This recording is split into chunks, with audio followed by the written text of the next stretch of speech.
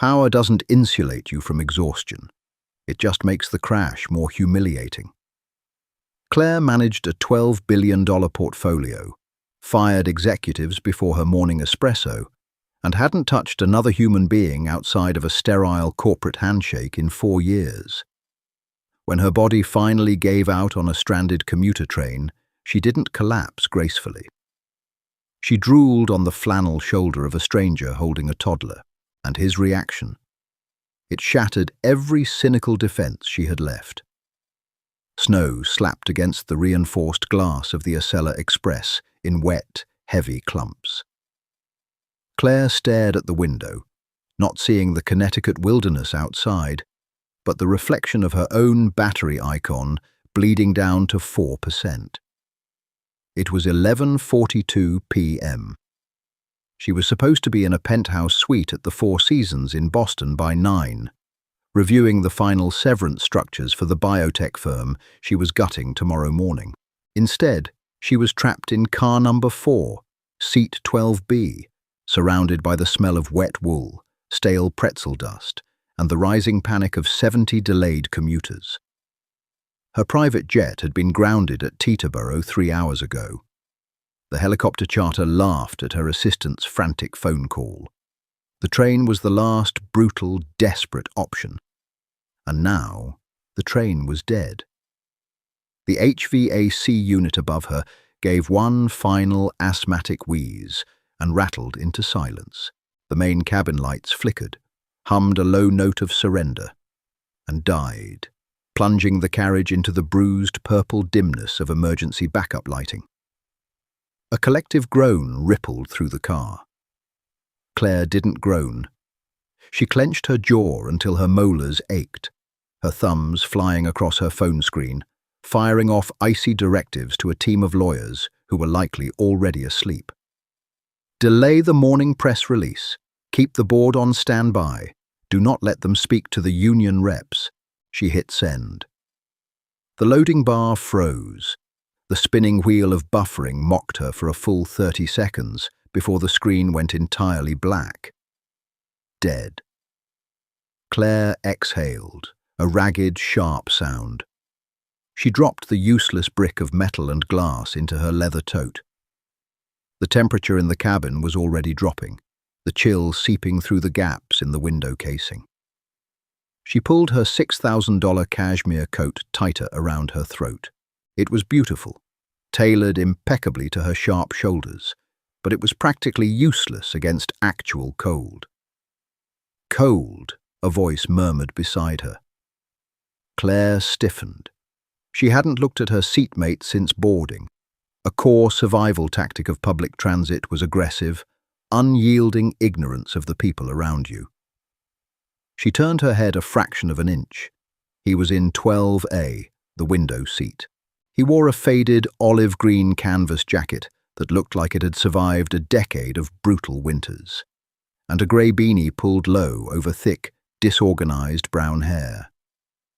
The scent of him drifted over the armrest, black coffee, damp denim, and a faint, powdery undertone of baby wipes. Because on his lap, swallowed in an oversized pink puffer coat, was a sleeping child. "I'm fine," Claire said.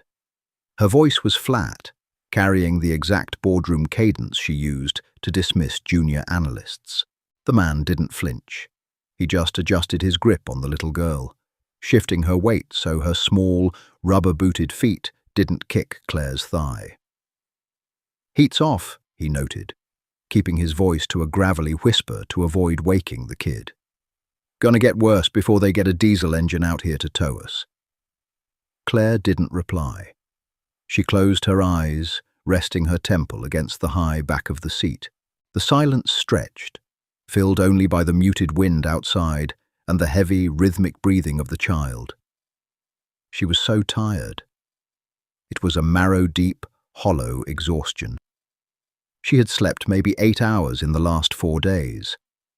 The merger had consumed her, gnawing away at her meals, her sleep, her sanity. Her body was running on cortisol, sheer spite, and black espresso, but now, in the freezing dark, trapped in a metal tube with nowhere to go and no phone to connect her to her empire. The adrenaline was crashing. The physical reality of her body rushed in, the throbbing at the base of her skull, the dry, gritty feeling behind her eyelids, the tight, painful knot in her lower back. She opened her eyes, fighting the heaviness. She needed to stay awake. She needed to plan. If they were towed to Providence, she could rent a car. No, roads were closed. A hotel. She needed to find a working outlet. Beside her, the man shifted again. The canvas of his jacket scratched against the upholstery.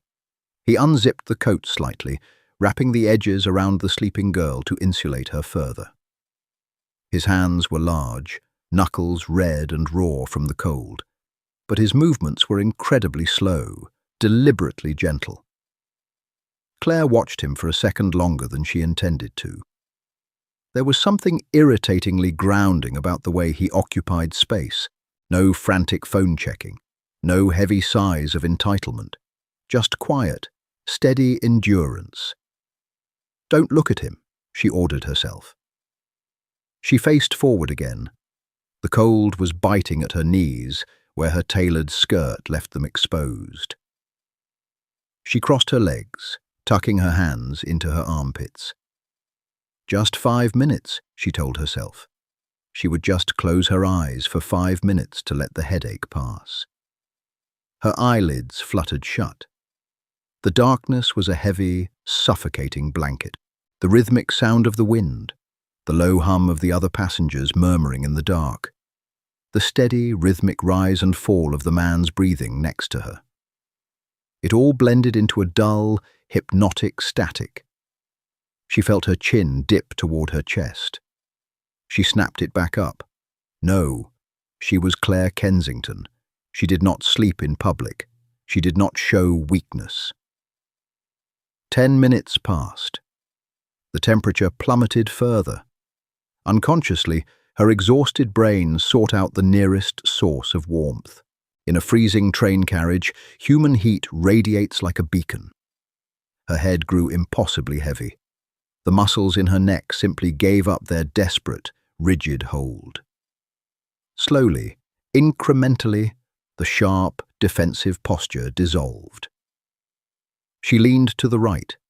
Her temple drifted through the frigid air, seeking purchase. It found canvas. Something was wet. That was the first conscious thought that clawed its way through the thick sludge of Claire's sleep. Something was damp and cold against the corner of her mouth. Then came the texture, rough, heavy woven cotton scratching against her cheekbone. Underneath the fabric, a solid, unyielding heat. Claire's eyes snapped open. The carriage was pitch black now, save for a single anemic emergency bulb down the aisle. She was disoriented, her heart hammering a frantic, ugly rhythm against her ribs. She inhaled sharply. Old coffee, damp denim, soap. She froze. The humiliation hit her like a physical blow to the stomach. She was slumped entirely to her right. Her body practically collapsed across the center console. Her head was resting heavily on the shoulder of the stranger in 12A, and she was drooling. A small, cold patch of moisture had seeped into the canvas of his jacket, right where her open mouth had been pressed. For a fraction of a second, raw panic paralyzed her. This didn't happen to her. She was a woman who required 6 feet of personal space at all times. She had fired a personal assistant for brushing her shoulder while handing her a tablet. She braced herself for the inevitable reaction. He would push her off. He would make a crude joke. He would stare at her with the mixture of pity and revulsion reserved for public transit train wrecks. She jerked backward, sitting up so fast her spine popped. She wiped her mouth frantically with the back of her wrist, her chest heaving. She stopped. The words died in her throat. The man hadn't flinched when she shot up. He was awake. He had been awake the entire time. He turned his head slowly to look at her, his face half-shadowed in the gloom. "Easy," he whispered. his voice rough but incredibly quiet.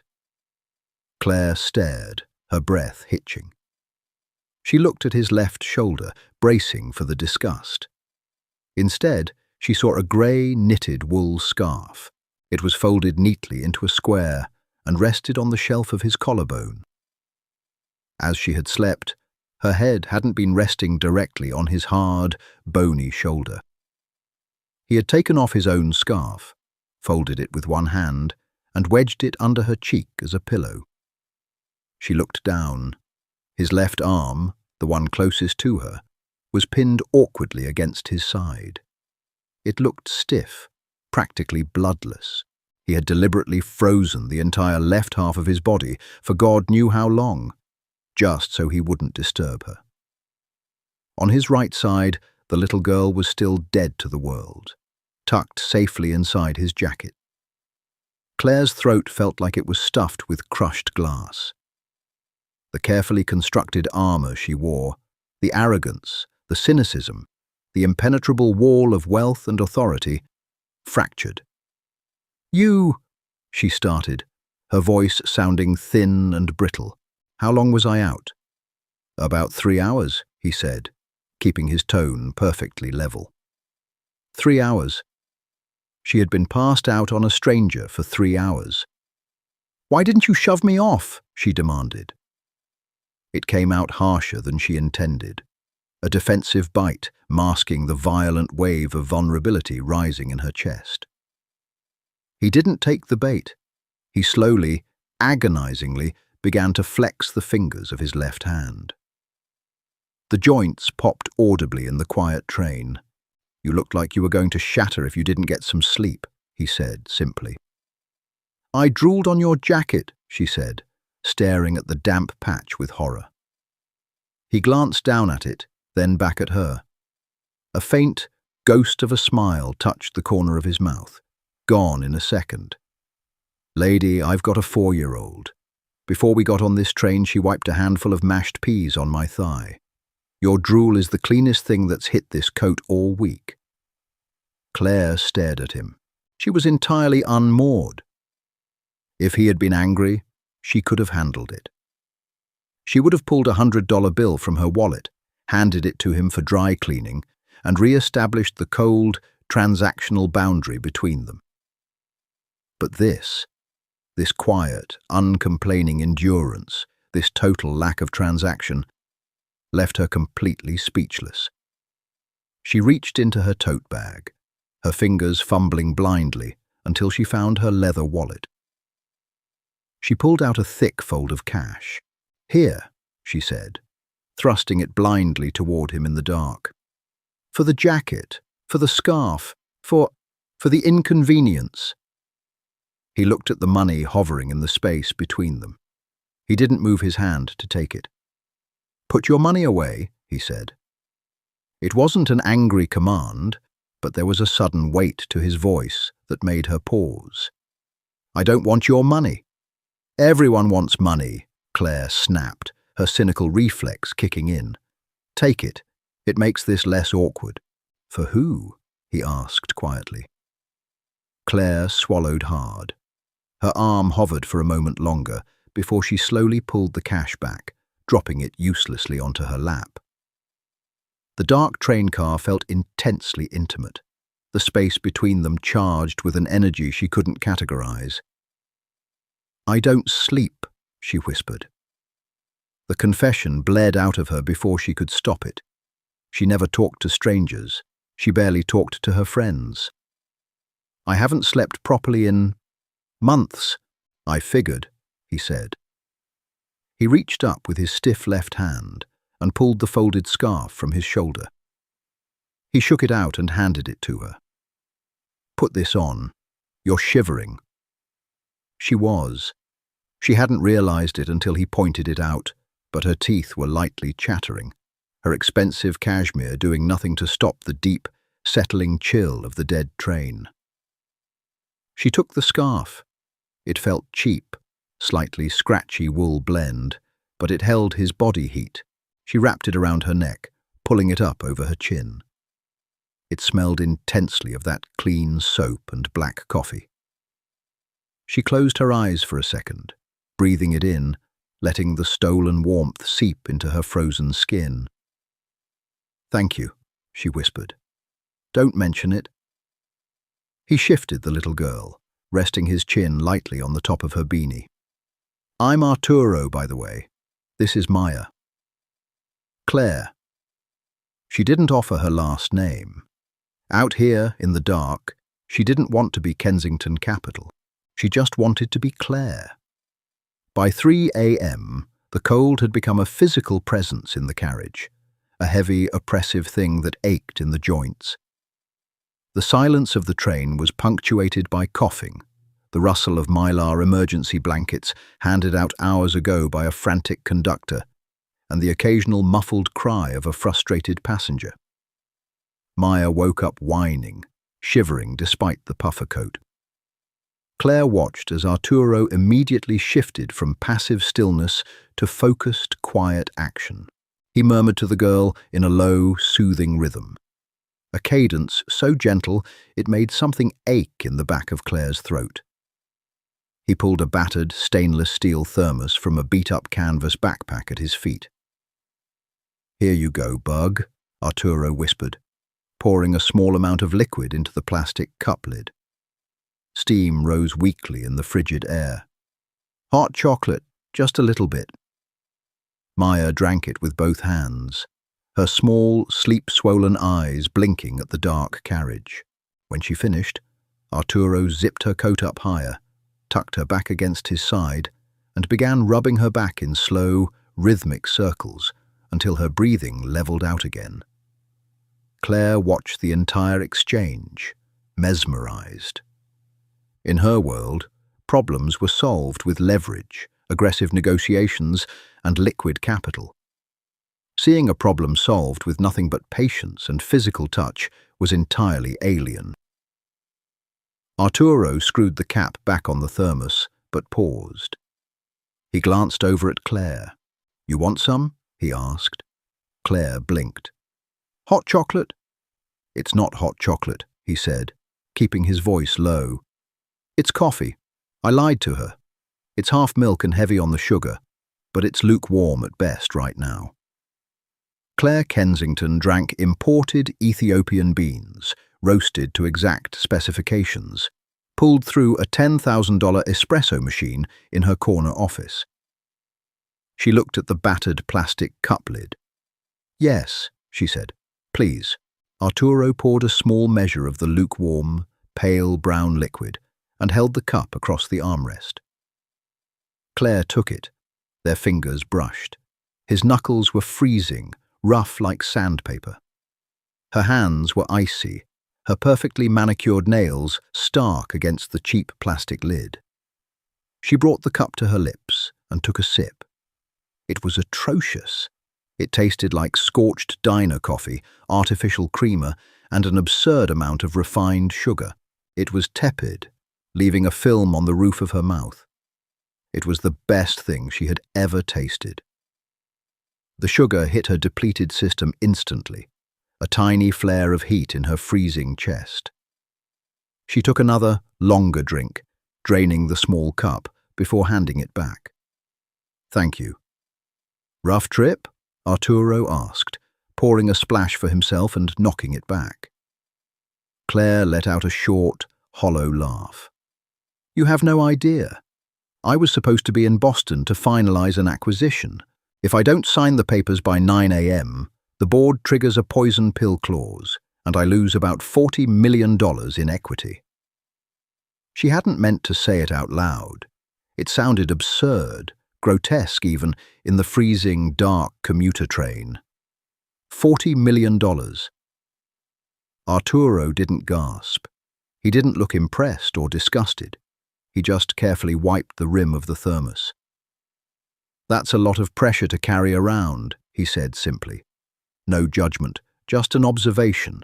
"It's my job," Claire said defensively, crossing her arms. "I rebuild failing companies. I cut the rot. I make things efficient." "Must be exhausting, constantly looking for the rot in things," he said. Claire snapped her mouth shut. The words hit entirely too close to the bone. She stared at the frost creeping up the corner of the window. "What about you?" she asked, redirecting the spotlight. "Why are you dragging a 4-year-old on a midnight train to Boston in a blizzard?" Arturo went still.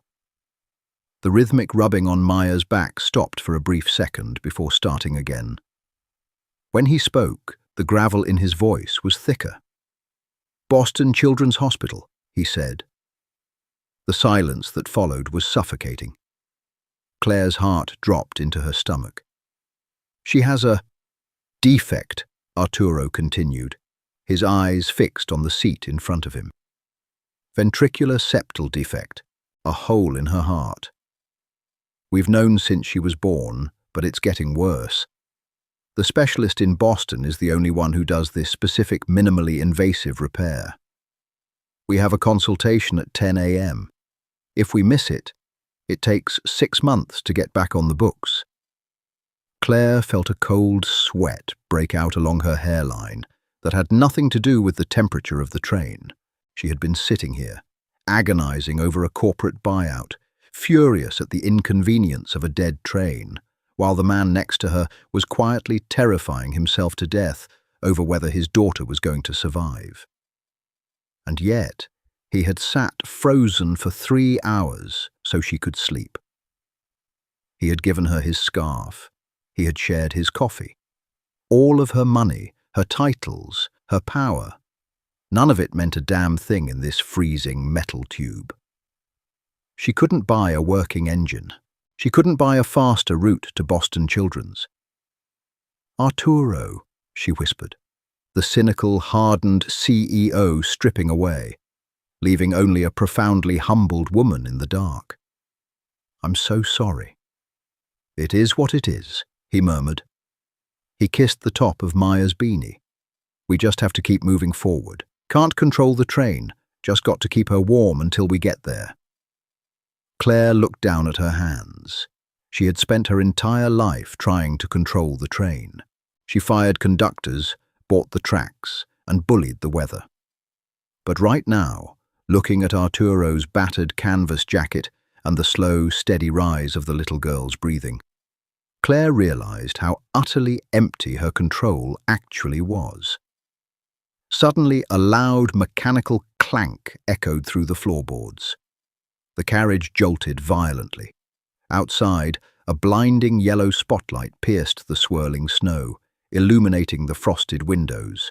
The heavy, throbbing vibration of a massive diesel locomotive vibrated up through the soles of Claire's boots. The emergency lights flickered, died, and then the main overhead fluorescents roared to life, blindingly bright.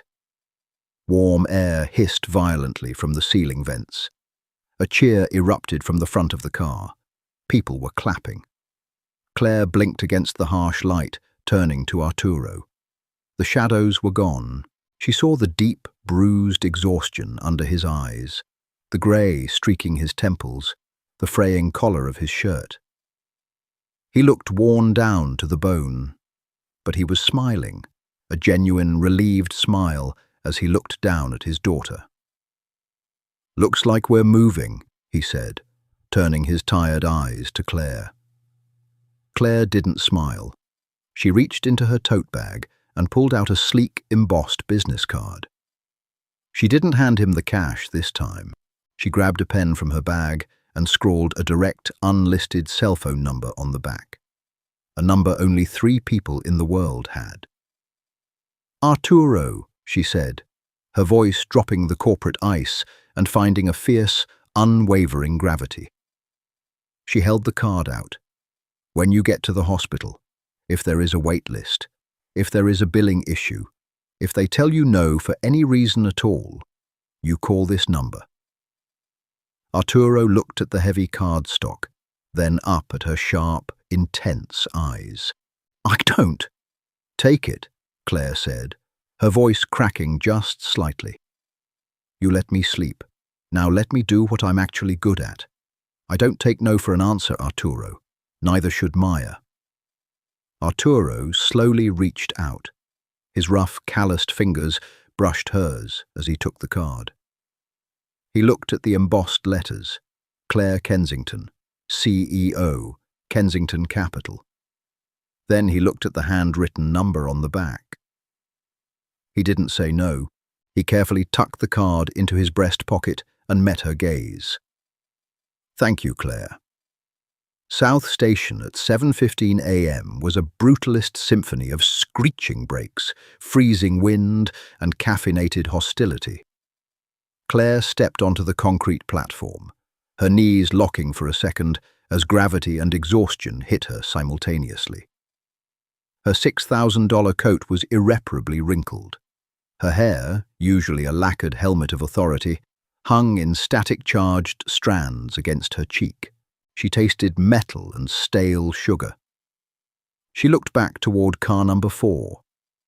Arturo was stepping down, carrying Maya on his hip, while expertly maneuvering his battered canvas backpack.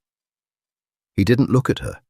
He was already scanning the chaotic terminal, his jaw set, navigating the crowd with the singular focus of a man walking into a war zone. Claire wanted to say something. What? She didn't know. Good luck. I hope the hole in her heart closes. It all sounded cheap. Instead, her phone, dead for the last 8 hours, vibrated in her pocket. She had plugged it into a functioning outlet for exactly 12 minutes before arrival. It was immediately convulsing with missed calls, frantic texts, and a calendar alert screaming at her in bold red letters. Final signing, 9 a.m., boardroom A. She turned her back on the platform and walked toward the taxi queue. 2 hours later, Claire was sitting at the head of a 20-foot slab of polished mahogany. The air in the executive suite smelled of lemon pledge, fresh lilies, and the acidic tang of aggressive ambition.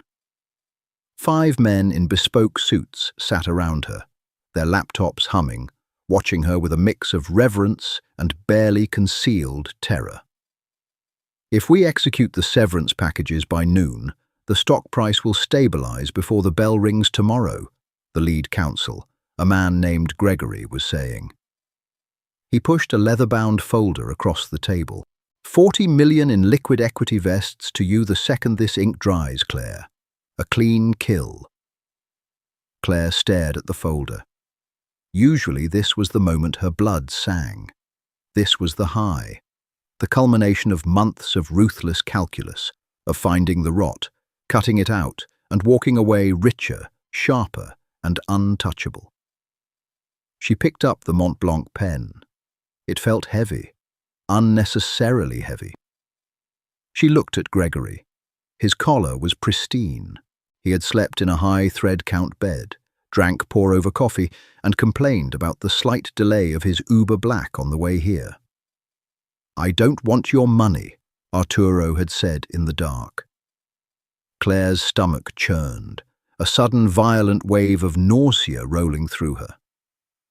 She blinked, and for a fraction of a second, the polished mahogany warped, replaced by the mental image of a stained canvas jacket and a sleeping child breathing in the freezing dark. "Claire?" Gregory asked, his brow furrowing. "Is there an issue with the clause?" "No," Claire said. Her voice sounded like it belonged to someone else. It lacked the usual serrated edge. It just sounded tired. She pressed the nib of the pen to the paper. She signed her name. The room let out a collective, synchronized exhale of relief. Papers were shuffled. Handshakes were offered. Someone poured sparkling water into crystal glasses. "Brilliant work," the CFO said, clapping her lightly on the shoulder. "We have a press junket at 11, then the celebratory lunch at Grill 23. You want the ribeye or the lobster?" Claire stood up. Her legs felt hollow. "I'm skipping the lunch," she said, grabbing her coat from the back of the leather chair. Gregory laughed, a nervous, barking sound. "Skipping? Claire, the board is flying in. You just netted the firm $60 million. You have to be there to take the victory lap." "I have an appointment," Claire said. She shoved her arms into the coat, not bothering to button it. "An appointment? With who?" Claire didn't answer. She walked out of the glass-walled boardroom, down the carpeted hallway, and into the elevator. When the doors closed, cutting off the baffled faces of her executives, she leaned her head against the cold steel of the elevator wall. $40 million. It meant absolutely nothing. Boston Children's Hospital smelled like iodine, bleached linen, and quiet desperation. Claire pushed through the revolving glass doors at 10:45 a.m. The shift in atmosphere was absolute. Gone was the hushed, manicured reverence of the corporate world. Here, the air was thick with the high-pitched beeping of monitors, the squeak of rubber soles on linoleum, and the low, rhythmic hum of parents murmuring to sick kids. She felt entirely out of place, her sharp skirt, her heels clicking aggressively against the floor tiles. The aggressive cut of her coat, she looked like a predator that had wandered into a sanctuary. She navigated the color-coded lines on the floor until she reached the pediatric cardiology wing. The waiting room was a sea of primary colors, low plastic tables, and exhausted adults staring blankly at daytime television. It took her 30 seconds to find him. Arturo was standing near a massive, curving reception desk. His posture, which had been so rigidly enduring on the train, was fractured. He was leaning heavily on the high counter, his head bowed, rubbing the bridge of his nose with a thumb and forefinger. Maya was sitting in a plastic chair a few feet away, kicking her rubber boots against the legs, entirely engrossed in a ragged coloring book. Claire slowed her pace. She didn't announce herself. She just listened. "I don't understand," Arturo was saying, his gravelly voice tight, bordering on a crack. "We've been on the list for 4 months. Dr. Evans reviewed her charts. We drove through a blizzard." "I'm incredibly sorry, Mr. Hayes," the receptionist said. She looked genuinely sympathetic, which somehow made it worse. Sympathy didn't fix things. "Dr. Evans was pulled into an emergency transplant surgery an hour ago. He won't be out until tonight. And because your primary insurance is out of network for this specific surgical center, the billing department won't authorize a reschedule without a new pre-approval, which takes 30 days. 30 days, Arturo repeated. The words sounded hollowed out. She doesn't have 30 days before her pulmonary pressure spikes again. Look at the chart. Just look at the O2 saturation numbers. "I can't override billing, sir. I can put you on standby for a physician's assistant, but for the actual procedure..." The receptionist trailed off, gesturing helplessly to her computer screen. "It's the system." Arturo let out a breath. It was the sound of a man who had fought a war of attrition and had finally run out of ammunition. He didn't yell. He didn't pound his fist on the desk. He just nodded, a slow, agonizing movement. "Okay," he whispered. "Okay, thank you." He turned away from the desk. His eyes were red-rimmed, his face pale beneath the heavy scruff. He looked at Maya, who held up a green crayon, proudly showing him a scribbled dinosaur. Arturo tried to smile. His mouth trembled. He forced the corners up. "Good job, Bug. Looks real fierce." He didn't pull out the business card Claire had given him. He probably thought it was a polite, empty gesture. People with power always offered help, but they rarely answered the phone when the bill came due. Claire felt a physical heat rise in her chest. It wasn't the cold, calculating adrenaline of a boardroom buyout. It was something jagged, something protective. She stepped forward. "Arturo," she said. He jumped, his head snapping up. When he saw her, his eyes widened in genuine shock. He took in her immaculate, albeit slightly rumpled, corporate armor. "Claire," he croaked. What are you doing here?" "I asked you to call me," she said, her voice dropping into a low, even register. Arturo swallowed hard, looking away. Shame flushed the back of his neck. I'm not a charity case, and it wouldn't matter anyway. It's an insurance coding issue. It's bureaucracy. You can't buy a doctor who is in surgery. No, Claire agreed, stopping right in front of him. She looked up into his exhausted, defeated face. The smell of his canvas jacket, the soap, the stale coffee, hit her again, anchoring her. But I can buy the building he works in. She didn't wait for his reaction. She sidestepped him, walking directly to the massive reception desk. The receptionist looked up, offering a tired, professional smile. "Can I help you, ma'am?" Claire didn't smile back. She didn't lean on the counter. She stood perfectly straight, letting the full weight of her presence settle over the desk. "I need the director of hospital administration and the head of the cardiology department out here in exactly 3 minutes," Claire said. The voice was back, the icy, serrated edge that made grown men sweat through their tailored shirts. The receptionist blinked, her smile faltering. "Excuse me, do you have an appointment?" "My name is Claire Kensington. I am the CEO of Kensington Capital. We manage the pension funds for the Northeast Medical Union, which includes every nurse and technician on this floor.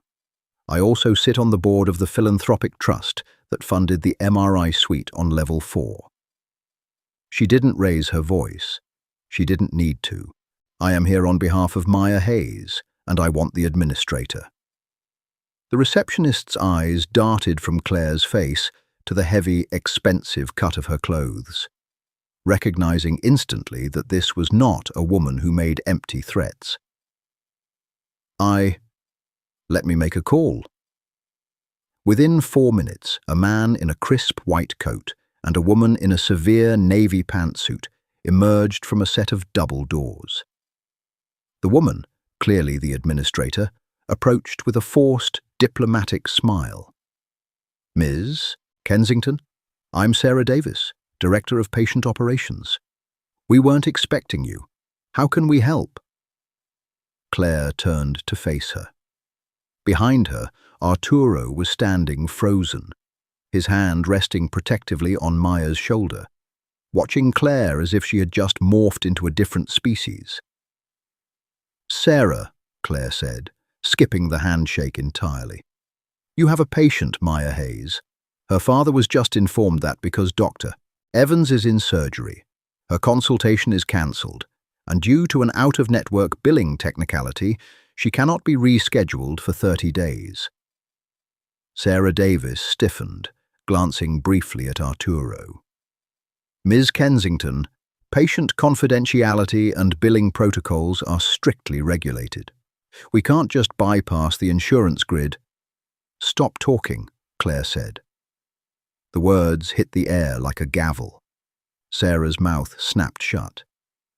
"This isn't a negotiation," Claire continued, stepping half a pace closer. "I am well aware of how medical billing works.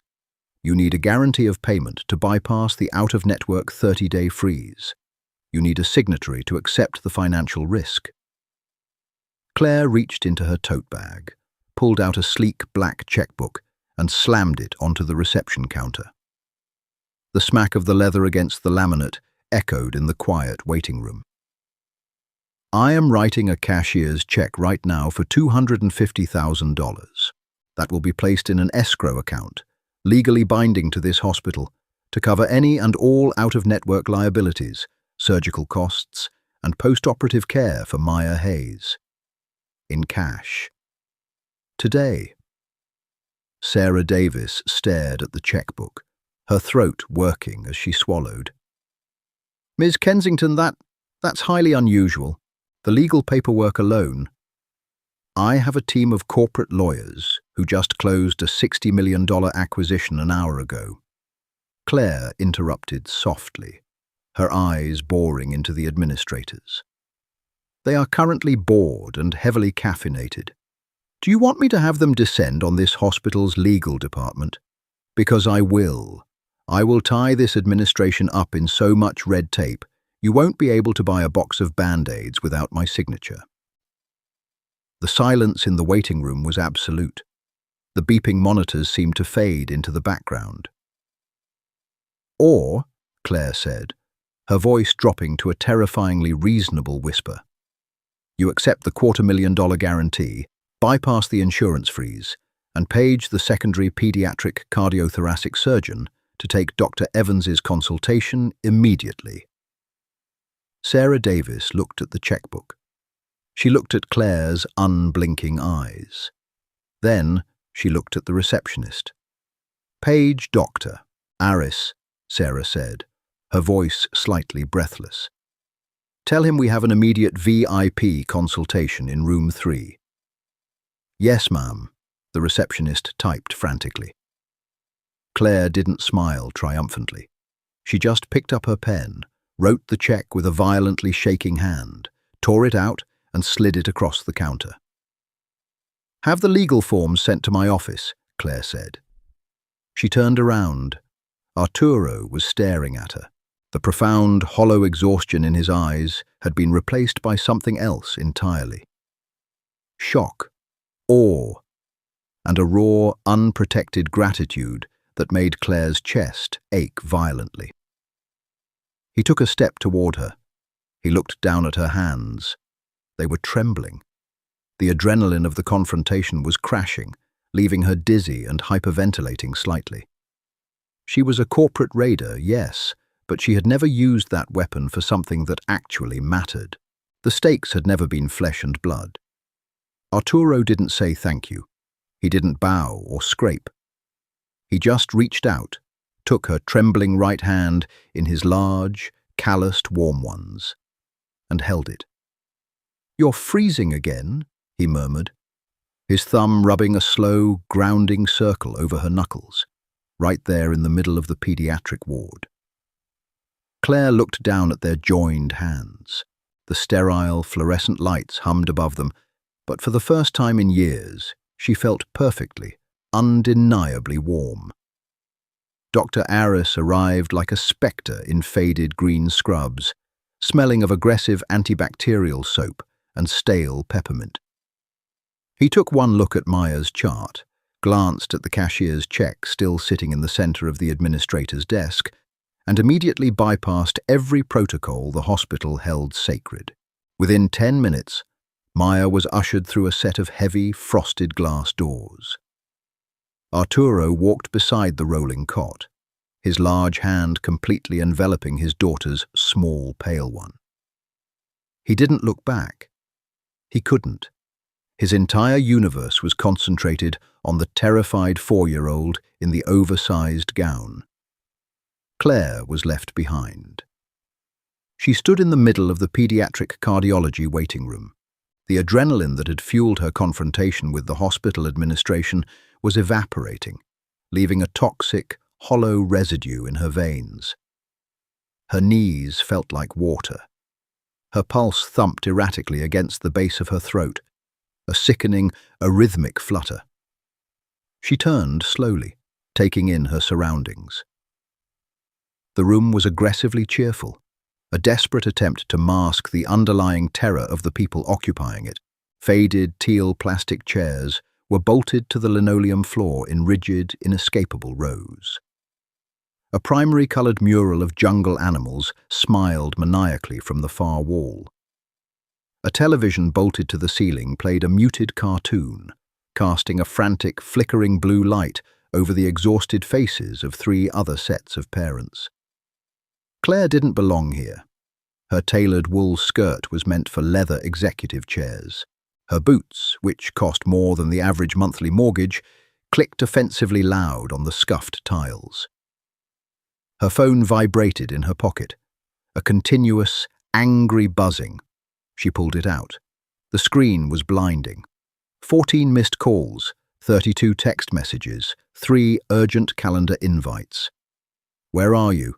read a text from Gregory. "The board is at Grill 23. They are ordering appetizers. You need to be here for the toast." "This is your victory lap, Claire. Don't blow this." Another message, this one from the chairman of Kensington Capital. "Call me. Now." Claire stared at the glowing pixels. A few hours ago, these messages would have dictated her reality. She would have hailed a black car, smoothed her hair, plastered on her razor-wire smile, and walked into that steakhouse ready to accept her crown. She had gutted a company. She had made them all richer. She had won. She looked at the heavy, frosted doors where Arturo and Maya had disappeared. She pressed the power button on the side of her phone. She held it down until the screen went black. She walked over to the furthest corner of the waiting room and sat down in one of the teal plastic chairs. It was instantly, aggressively uncomfortable. The rigid plastic bit into her lower back, offering zero support. She closed her eyes. Time in a hospital waiting room doesn't pass normally. It thickens. It pools in the corners, turning minutes into agonizing, suffocating hours. The air was dry, recycled, smelling faintly of bleach and overcooked cafeteria soup. Claire's body began to physically rebel against the abuse of the last 48 hours. The headache, which had been a dull throb on the train, roared back to life, driving hot spikes behind her eyes. Her stomach cramped violently, reminding her that she hadn't eaten anything solid since a dry turkey sandwich at her desk yesterday afternoon. She crossed her arms over her chest, digging her manicured fingernails into the fabric of her coat. She was shaking again, not from the cold this time, but from the massive physiological crash. "You look worse than she does." Claire's eyes snapped open. Arturo was standing a few feet away. He had shed the heavy canvas jacket, revealing a faded grey Henley shirt that clung to his broad shoulders. He looked entirely washed out, the deep lines around his mouth carved in sharp relief by the harsh fluorescent overheads. "Where is she?" Claire asked, her voice cracking. "Pre-op," Arturo said, his voice a low, gravelly scrape. He walked over and sat in the teal chair next to hers. He didn't sit rigidly. He slumped, resting his forearms on his knees, letting his head hang for a moment. "They're prepping her, doctor. Aris said her pulmonary valve is narrowing faster than the previous scans showed. If we had waited 30 days..." He didn't finish the sentence. He didn't have to. Claire swallowed hard. The dry air scraped her throat. "But he can fix it." "He says he can." Arturo rubbed his palms over his face, a rough, desperate sound. "They're taking her in for the catheterization in 20 minutes. It's a 3-hour procedure."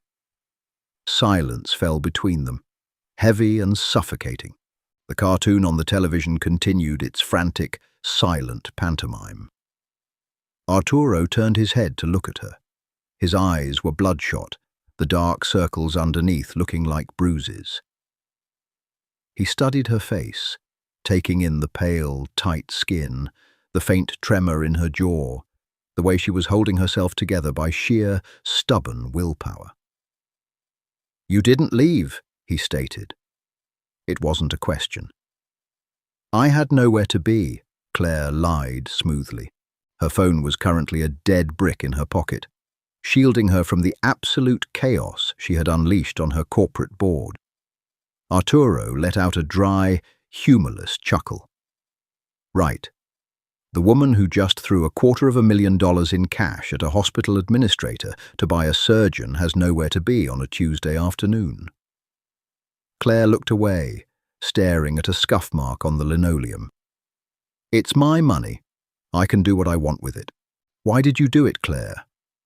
His voice was incredibly soft, lacking any of the accusation or awe she expected.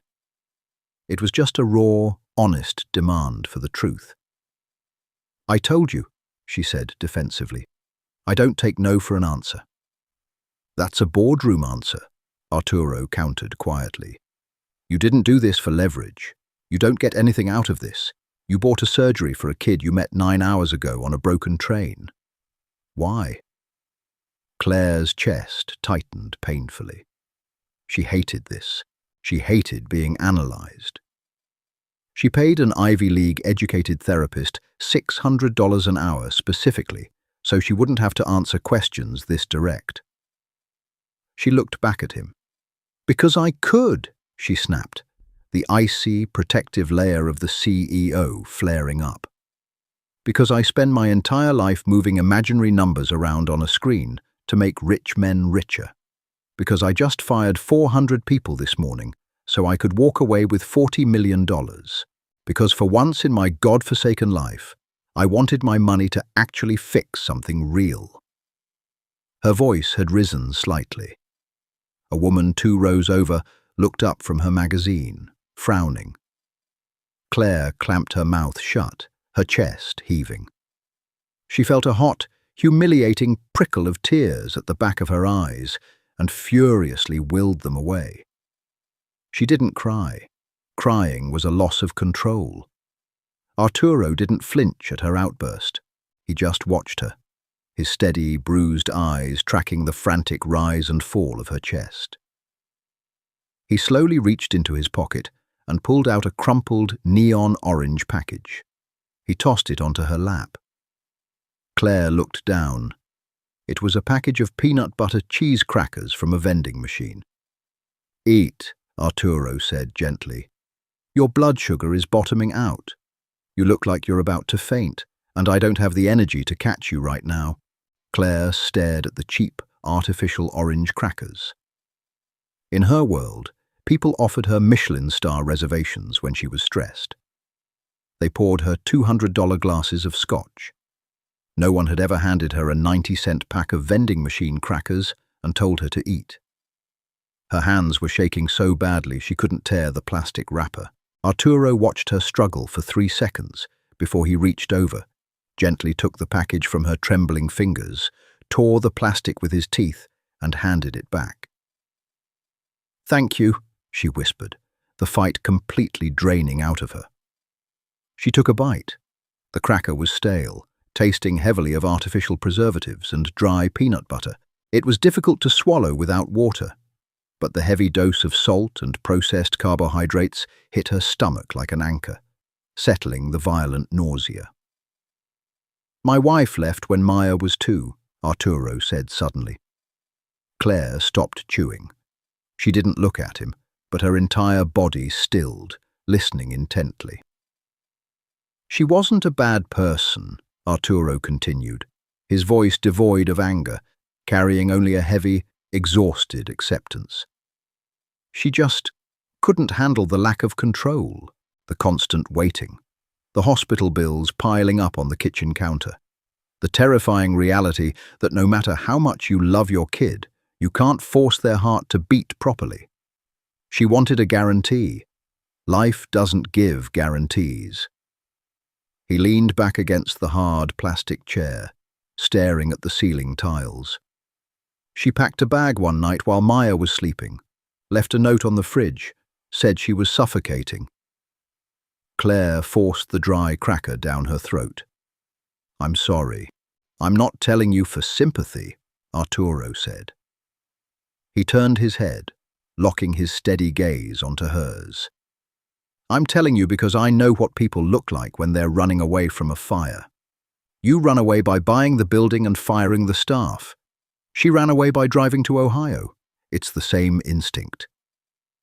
Claire felt a cold spike of defensiveness, but she couldn't muster the energy to weaponize it. He was right. She was a runner. She ran toward power because power meant nobody could hurt her.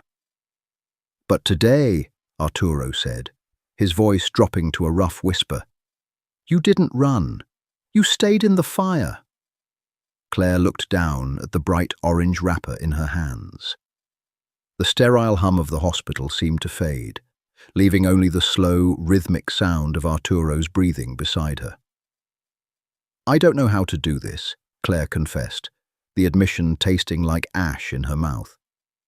"I don't know how to sit here and wait. If there's a problem, I fix it. If there's an obstacle, I destroy it. Sitting here, just hoping, it feels like dying." "Yeah," Arturo murmured, closing his eyes. "Welcome to parenthood." By 2 p.m., the waiting room had cycled through 3 different sets of families. The television had shifted from manic cartoons to a muted soap opera, the actors weeping silently on the screen. Claire had finished the crackers. She had also drank a lukewarm can of ginger ale Arturo had procured from the same depressing vending machine down the hall. Her body felt bruised, an aching, heavy lethargy seeping into her bones. The surgery was supposed to take 3 hours. It had been 3.5. Arturo was no longer sitting. He was pacing. He walked a tight, invisible grid at the back of the waiting room, his heavy boots scuffing the linoleum in a rhythmic, agonizing loop. 8 steps forward, pivot, 8 steps back. His jaw was clenched so tight the muscles twitched visibly beneath his scruff. He was unraveling. The stoic, enduring man from the train was gone, replaced by a terrified father trapped in a plastic cage. Claire watched him. She wanted to say something comforting. She searched her extensive vocabulary, a vocabulary built on dismantling corporate defenses, and found it utterly empty. It's going to be fine, a statistical fallacy, she's in good hands, a platitude, don't worry, an insult to his intelligence. She remained silent. She just sat in the uncomfortable chair, offering the only thing she had left, her presence. At 2:45 p.m., the heavy frosted doors swung open. Arturo froze mid-step. Claire bolted upright, her heart slamming against her ribs. Dr. Aries walked out. He had pulled his surgical mask down beneath his chin. He looked exhausted, his scrub cap slightly askew, but the rigid tension in his shoulders was gone. Arturo closed the distance between them in 3 massive strides. Dr. Aris? The surgeon offered a small, profoundly human smile. She did great, Arturo. The defect was larger than we anticipated, but the patch held perfectly. Her pulmonary pressure dropped to normal levels before we even closed. She's in recovery. Arturo didn't say anything. He just stopped breathing. Claire watched as the massive, heavy-shouldered man simply folded. His knees gave out. He caught himself on the edge of a plastic table, his knuckles turning white as he gripped the edge. He dropped his head between his arms, and a harsh, ragged sound tore out of his throat, a sob that had been locked in his chest for 4 years. Dr. Aris placed a comforting hand on Arturo's back. She's going to be groggy, and she'll be in the ICU for observation for the next 48 hours, but the hole is closed. She's going to be a normal, healthy little girl. Thank you, Arturo choked out, the words barely intelligible. Thank you. Don't thank me, Dr. Aris said gently, glancing over Arturo's shoulder. His eyes met Claire's. Thank the bulldozer in the designer coat. If she hadn't forced the issue, Maya's heart would have been under severe strain for another month. The surgeon gave Arturo's shoulder one last squeeze and walked back through the double doors. Arturo stayed bent over the table for a long time, his shoulders shaking with the force of his silent tears. Claire didn't know what to do. In her world, when a man broke down, you looked away. You pretended it didn't happen to preserve his dignity. She took a step back, intending to slip out of the waiting room to give him space. But as she moved, her boot scraped against the floor. Arturo lifted his head. His face was wet, his eyes bloodshot and entirely stripped of pretense. He looked at her, standing a few feet away, her hands awkwardly hovering near her pockets, looking like a deer caught in the headlights of actual human emotion. He let go of the table, walked over to her, and pulled her into his arms. Claire gasped, her entire body rigid with shock. She hadn't been hugged, truly, desperately hugged, in a decade. Arturo's arms wrapped entirely around her shoulders, crushing her against his chest. He buried his face in the crook of her neck, right where the collar of her expensive coat met her skin. He smelled of sweat, fear, and that faint, lingering scent of cheap hospital soap. "Thank you," he whispered into her hair, his voice breaking completely. "Thank you, Claire." For a long, agonizing second, Claire's brain misfired. Her corporate instincts screamed at her to pull away, to establish a physical boundary, to reassert control. But then the ice cracked. The exhaustion, the fear, the utter absurdity of the last 24 hours rushed in. She felt the heavy, undeniable warmth of his body against hers, the desperate gratitude in his grip. Slowly, hesitantly, Claire raised her arms. She wrapped them around his waist, gripping the fabric of his Henley shirt. She pressed her cheek against his chest, listening to the heavy, steady, perfect rhythm of his heart. She closed her eyes, and for the first time since she was a child, Claire Kensington let out a ragged breath and simply allowed someone else to hold her up. The pediatric intensive care unit was quiet, save for the rhythmic, reassuring beep of the heart monitors. It was 6 p.m. Outside the massive windows, the Boston skyline was beginning to light up, the snow finally stopping, leaving the city buried beneath a thick, silent blanket of white. Claire stood in the doorway of room 4. Maya was asleep in a bed that looked entirely too large for her. She was hooked up to a terrifying array of wires and tubes, but her color was entirely different. The faint, bluish tinge that had lived around her lips on the train was gone, replaced by a healthy, flush pink. Arturo was sitting in a chair pulled right to the edge of the bed. He was leaning forward, his forearms resting on the mattress, his large hand gently cupping Maya's small, bandaged one. He was watching her chest rise and fall with an intensity that bordered on religious reverence. Claire watched them for a long moment. She felt a strange, hollow ache in her chest. It wasn't pain. It was the absolute, undeniable realization that her role here was finished. She had bought the building. She had bulldozed the bureaucracy. The surgery was done. Now she was just an interloper in a deeply private, sacred space. She reached into her coat pocket and touched her dead phone. The world outside this hospital was currently burning down. She had effectively abandoned a $60 million deal, ghosted her board of directors, and likely triggered a massive crisis of confidence in her leadership. She needed to find a charger. She needed to do damage control. She needed to go back to being Claire Kensington. She took a quiet step backward into the hallway. "You're leaving." Arturo didn't turn around. His voice was low, carrying perfectly in the quiet room. Claire paused, her hand gripping the edge of the doorframe. "She's safe now, Arturo. You don't need me here." Arturo finally turned his head. The deep lines of exhaustion were still there, but the crushing weight of terror had lifted, leaving him looking 5 years younger. "I never needed your money, Claire," he said softly. "I told you that on the train." "You needed it today," she pointed out, her voice defensive, clinging to the only tangible value she knew how to provide. Arturo stood up.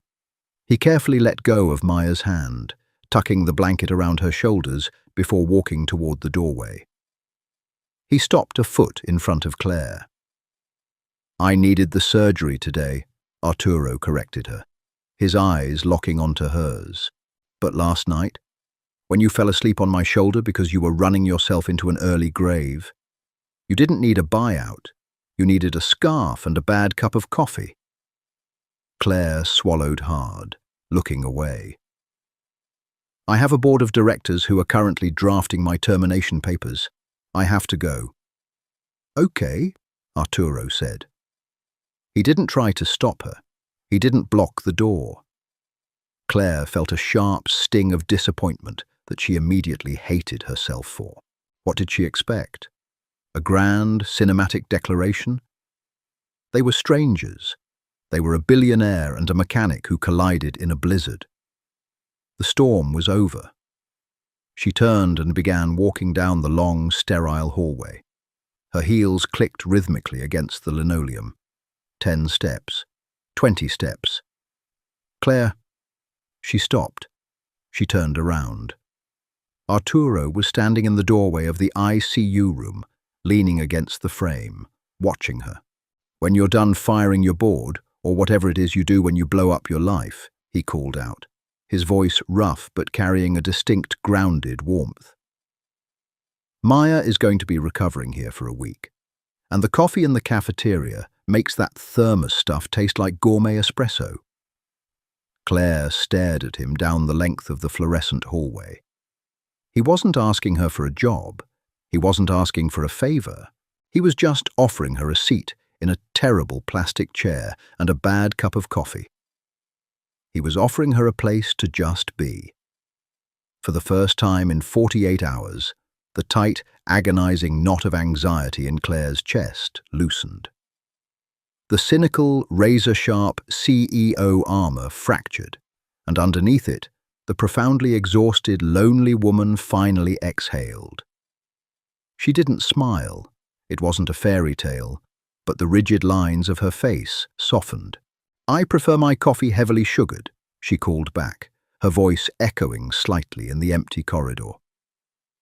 Arturo's mouth twitched into a genuine, tired smile. "I'll keep that in mind." Claire turned back around and walked towards the elevator. She didn't know if she was going to have a job tomorrow. She didn't know if her empire was intact. But as she pressed the button for the ground floor, she realized something profound. For the first time in her life, she wasn't terrified of the freefall. She had found the bottom, and it was perfectly solid. Sometimes the hardest thing to do isn't building an empire. It's letting someone see you when the armor finally cracks.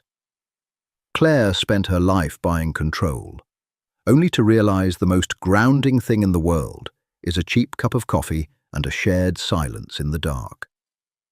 If this story hit a nerve, drop a like and share it with someone who needs a reminder that the strongest thing you can be is human. Subscribe to the channel for more raw, unfiltered stories that skip the predictable fairy tales and hit right at the bone. Stay warm out there.